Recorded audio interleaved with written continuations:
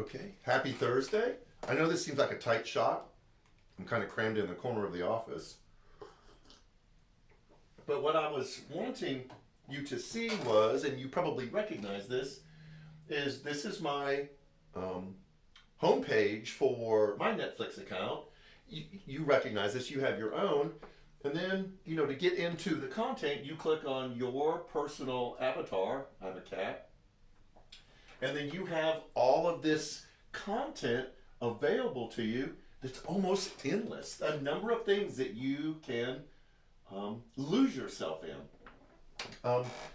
Almost every one of you probably has Netflix or knows someone who has Netflix or you've watched Netflix, but you probably don't know the history of Netflix. It's super fascinating. Netflix was founded 20 something years ago as a mail order DVD, either purchasing or rental company, where you would go to their website, you would check what movies you wanted to see, and you could either purchase them or rent them. They would mail them to you. You would watch the ones you rented, and then they gave you an envelope to mail them back. It was brand new. It was revolutionary. If you're like me, you remember the video store where you used to get movies. And I still have some nostalgic feelings of loading the kids up in the car and everyone piling in and driving to our local Blockbuster. And there'd be rows and rows and rows of movies and games. And you would look for the empty case of the movie you wanted to watch and hope that the movie was behind it. Bring it home. We all remember Please Be Kind. You finished it. Rewind. And Netflix came along, really a different, revolutionary approach to movies.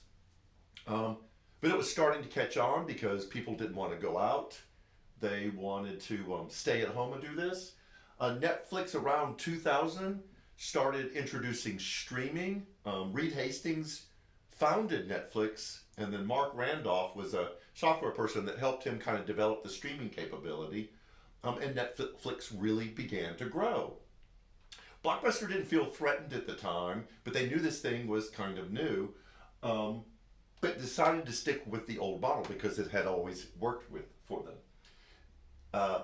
Reed Hastings and Mark Randolph, who were head of Netflix, went to Blockbuster, and it was probably Wayne Huizenga, who was the CEO, and said, "Hey, we're willing to sell you Netflix for $50 million.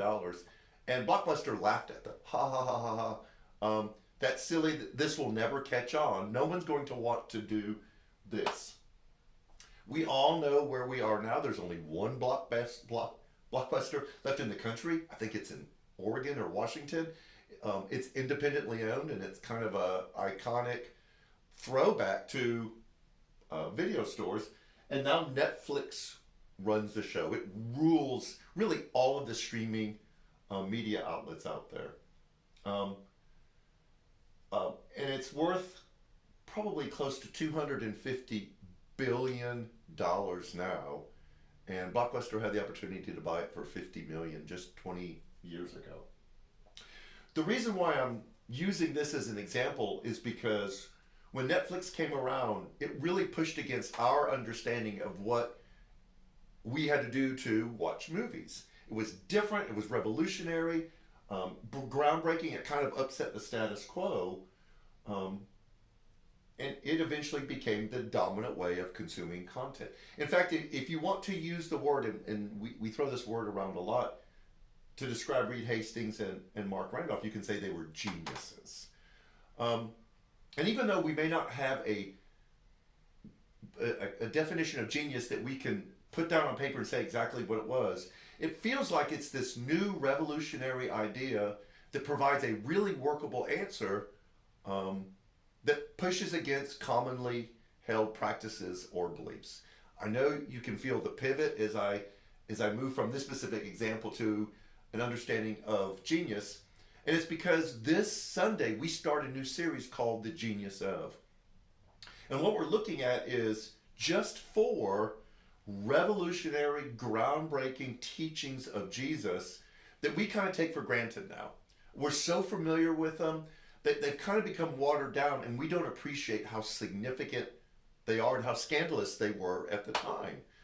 We're going to look at the genius of incarnation, the genius of love, the genius of surrender, and the genius of forgiveness. We know all those words, we know what those words mean, but we forget how significant they were at the time and how significant they should be in the way we practice our lives of following Jesus now. So, this new series, The Genius of, is going to look at these four things. This Sunday, we're going to look at the genius of incarnation, and that is not just to be near or close to or in proximity, but to be with, to actually become the people that we are around. No God in history has ever talked about it, walking among the people, and yet we celebrate this truth in our faith, but we don't always embrace it like we should, and we don't always practice it like Jesus did. So that's why we're doing this Genius of series. It's going to be interesting. We're going to have video testimonies, people sharing their understanding and practice of each one of these specific geniuses. I'm really excited about this series, and we hope that you join us as we start this Sunday. A couple other things. Last night we had the gathering where we kind of wrapped up our Pray First emphasis. We've been meeting for 4 consecutive Tuesday nights. We had a fantastic night Tuesday night as we just kind of shared our heart and what God is doing with us. Last night in the gathering, we did day 22. What does it look like to continue this emphasis forward? If you didn't join us last night, it's available on Facebook. We live streamed it last night. Everything you need to know is on social media. It's on Facebook, on Twitter, on Instagram. It's on our website. Download our app. It's got all the information on it. Everything comes with a devotional that has some open-ended questions that help you kind of guide you through that specific topic for that particular Sunday. There's a lot going on. Everything you need to know is available online. So we hope that you join us this Sunday as we start a new series, The Genius of. We're going to start with Incarnation. It's going to be a really interesting series. So have a great week. Cheers and take care.